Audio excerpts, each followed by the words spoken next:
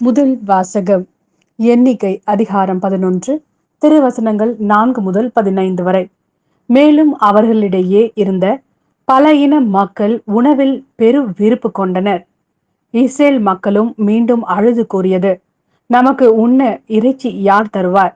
நாம் எகிப்தில் செலவின்றி உண்ட மீன், வெள்ளரிக்காய், கொம்பட்டிக்காய், கீரை, வெங்காயம், வெள்ளைப்பூண்டு ஆகியவற்றின் நினைவு வருகிறது. ஆனால் இப்பொழுதோ நம் வலிமை குன்றி போயிற்று. மன்னாவை தவிர வேறெதுவும் நம் கண்களில் படுவதில்லையே.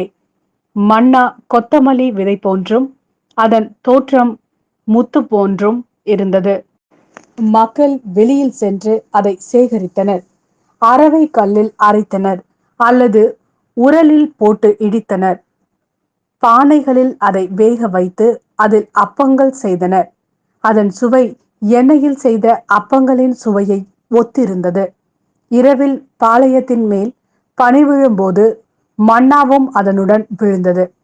எல்லா வீடுகளிலுமிருந்த மக்களும் தம் தம் கூடார வாயிலில் இருந்து அழும் குரலை மோசே கேட்டார்.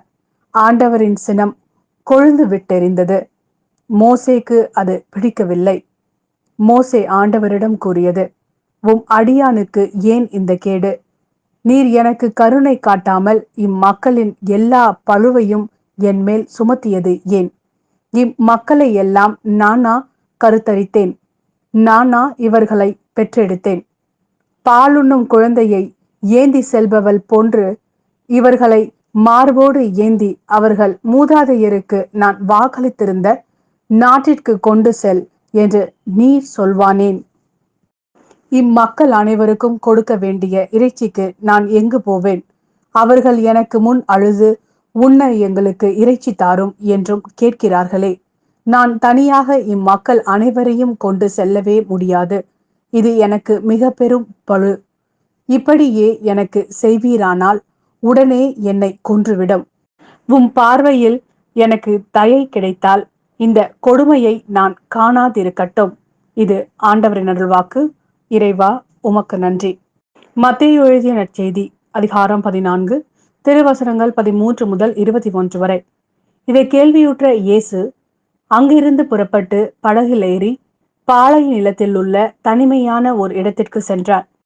இதை கேள்விப்பட்ட திரளான மக்கள் ஊர்களிலிருந்து கால்நடையாக அவரை பின்தொடர்ந்தனர். இயேசு அங்கு சென்றபோது பெருந்திரளான மக்களை கண்டு அவர்கள் மீது பரிவு கொண்டார். அவர்களிடையே உடல் நலமற்றிருந்தோரை குணமாக்கினார். மாலையான போது சீடர் அவர்களிடம் வந்து, இவ்விடம் பாலை நிலம் ஆயிற்றே, நேரமும் ஆகிவிட்டது. ஊர்களுக்கு சென்று தங்களுக்கு தேவையான உணவு வாங்கிக் கொள்ள மக்கள் கூட்டத்தை அனுப்பிவிடும் என்றனர். இயேசு அவர்களிடம், அவர்கள் செல்ல வேண்டியதில்லை, நீங்களே அவர்களுக்கு உணவு கொடுங்கள் என்றார். ஆனால் அவர்கள் அவரை பார்த்து, எங்களிடம் இங்கே 5 அப்பங்களும் 2 மீன்களும் தவிர வேறு எதுவும் இல்லை என்றார்கள். அவர் அவற்றை என்னிடம் இங்கே கொண்டு வாருங்கள் என்றார். மக்களை புல்தரையில் அமருமாறு ஆணையிட்டார். அவர் அந்த 5 அப்பங்களையும் 2 மீன்களையும் எடுத்து வானத்தை அண்ணாந்து பார்த்து கடவுளை போற்றி அப்பங்களை பிட்டு சீடர்களிடம் கொடுத்தார். சீடர்களும் மக்களுக்கு கொடுத்தார்கள். அனைவரும் வயிறார உண்டனர். எஞ்சிய துண்டுகளை 12 கூடைகள் நிறைய எடுத்தனர். பெண்களும் சிறு பிள்ளைகளும் நீங்களான உணவுண்ட ஆண்களின் தொகை ஏறத்தாழ 5000.